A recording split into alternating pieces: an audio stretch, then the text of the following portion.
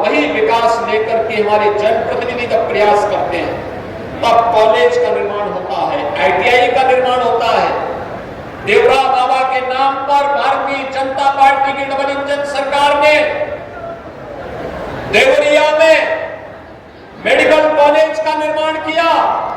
Medical college में आज nursing college के भी निर्माण के कार्य को आज वहां प्रारंभ किया जा रहा है। बहनों और भाइयों, नर्सिंग कॉलेज बनेगा तो बेटियों के लिए 100%, मान के चलिए 100% प्लेसमेंट की गारंटी होगी, 100% नौकरी की गारंटी देने वाला कार्य है। जिन बेटियों को गोरखपुर, लखनऊ, दिल्ली या अन्य बड़े महानगरों में नर्सिंग की पढ़ाई के लिए जाने के लिए मजबूर होना पड़ता था, अब उनको देवरिया चाहिए अपने नागरिकों का। पूरा देश पार्टी लाइन से ऊपर उठ करके एक साथ इस घटना की निंदा कर रहा है और समाजवादी पार्टी के लोग इस प्रकार का दुर्भाग्यपूर्ण बयान देते हैं, इस प्रकार का दुर्भाग्यपूर्ण बयान देते हैं। पालगांव की घटना में उनका एक राष्ट्रीय महासचिव बयान देता है, कहता हिंदू ने ही हिंदू को मारा है, यानी पाकिस्तान को क्लीन चिट देने की कुत्सित चेष्टा।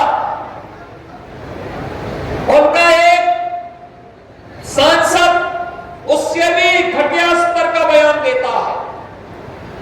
बहनों और भाइयों, जब भी जातिवाद की राजनीति होगी, जब भी विभाजनकारी राजनीति होगी, तो तुष्टीकरण की पराकाष्ठा को पार करते हुए आपकी सुरक्षा के साथ ऐसे ही खिलवाड़ करने का कुत्सित प्रयास करेंगे जैसे वर्तमान में कुछ कांग्रेस के नेता और समाजवादी पार्टी के नेता कर रहे हैं। हमें एक स्वर से निंदा करनी चाहिए।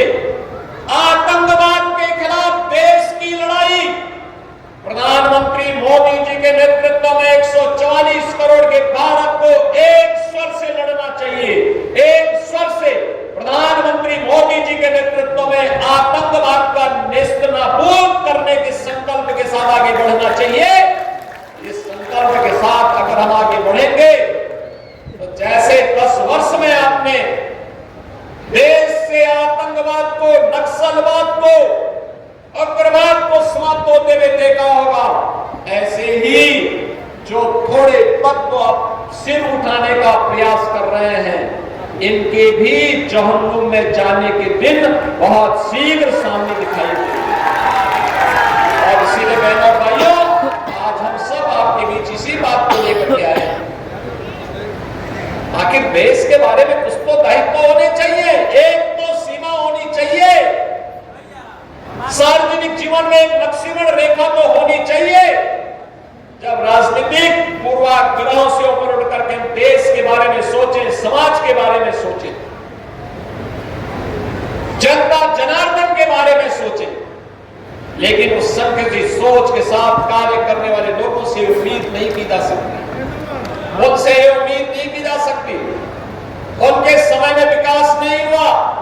बहनों और भाइयों, अगर देवरिया की चीनी मिल का मामला सुप्रीम कोर्ट में नहीं होता तो शुगर कॉम्प्लेक्स का पैसा अब तक हम लोग यहाँ पे उपलब्ध करा दिए होते। हमने पैसा सुरक्षित करके रखा हुआ है, लेकिन सुप्रीम कोर्ट में, माननीय उच्चतम न्यायालय में मामला लगा होने के नाते इस मामले में हमारे हाथ बंधे हुए, लेकिन पैरवी हमारे स्तर पर लगातार जारी है।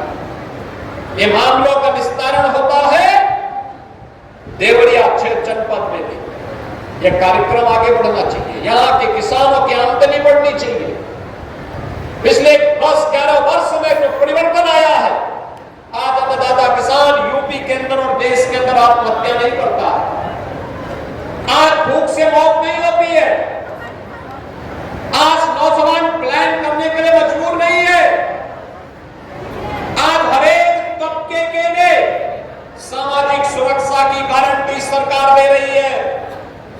सरकार उसके साथ में, युवा के साथ में है, महिलाओं के साथ में है, बेटी और व्यापारी की सुरक्षा के लिए प्रतिबद्ध है और हर दंगाई, हर माफिया को उसी की भाषा में जवाब देकर के, उसके सीने पर चढ़ करके जवाब देने के लिए तत्पर भी सरकार है। और इसीलिए बहनों और भाइयों, हमें अब विकास के बारे में सोचना है। विकास का कोई विकल्प नहीं हो। उन सभी लोगों को सरकार की सभी प्रकार की सुविधाओं से जोड़ने के लिए, जिसके पास मकान नहीं होगा मकान हम देंगे, जिसको पेंशन की सुविधा नहीं मिलती है पेंशन की सुविधा से जोड़ेंगे, जिसके पास राशन कार्ड नहीं राशन कार्ड देंगे, जिसके पास आयुष्मान का कार्ड नहीं है उसको आयुष्मान का कार्ड भी देंगे, और जिसके पास रोजगार नहीं है उसके लिए रोजगार उपलब्ध करवाने का काम भी सरकार उपलब्ध करवाएगी। और इस बड़े अभियान को पहले चरण में 15 लाख परिवार चिन्हित किए गए हैं। एक साथ 15 लाख लोगों को इन सभी योजनाओं के साथ जोड़ने के कार्यक्रम को सरकार ने अपने हाथों में लिया, क्योंकि हमारा एक मानना है कि गरीबी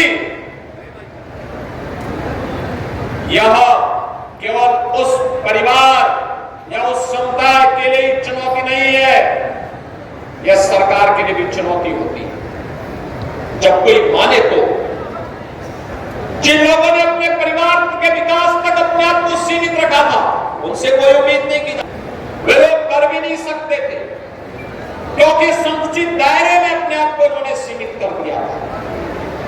माफिया गिरोह के चंगुल में फंसे हुए थे। हर जनपद में एक समानांतर सरकार चलाने के लिए माफिया उन्होंने पाले हुए थे, लेकिन अब माफिया मुक्त हुआ उत्तर प्रदेश, गुंडा मुक्त हुआ है। माफिया मुक्त उत्तर प्रदेश का परिणाम क्या है? प्रयागराज कभी मानी जाती थी कि तीर्थराज प्रयागराज में जो नौजवान प्रतियोगी परीक्षाओं की तैयारी करता है वह सफल होता है। बीच के कालखंड में एक अंधकार युग आया जब प्रयागराज को माफियाओं ने जकड़ दिया। जैसे ही प्रयागराज को माफिया से मुक्ति मिली, यूनियन पब्लिक सर्विस कमीशन में शक्ति दुबे नाम की बेटी ने पहला स्थान प्राप्त किया है। ये यूपी की ही बेटी है।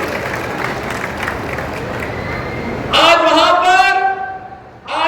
पर दर्जनों बच्चे ऐसे हैं जिन्होंने यूनियन पब्लिक सर्विस कमीशन में अच्छे अंक प्राप्त करके अच्छी रैंक प्राप्त की।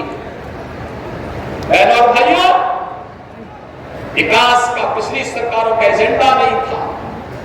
परिणाम क्या था? उत्तर प्रदेश पिछड़ता गया, बीमार होता गया। एक बीमारी केवल विकास के पैमाने पे नहीं थी, बल्कि ये शारीरिक और मानसिक व्याधि भी इनके कर्मों से उत्तर प्रदेश को प्राप्त हो गई थी। अब बरसात आता है तो इंसेफ्लाइटिस का भय नहीं होता, इंसेफ्लाइटिस की बीमारी से मुक्त। नहीं तो देवरिया सबसे ज्यादा, कुशीनगर और देवरिया तो सबसे ज्यादा ग्रसित क्षेत्रों में थे।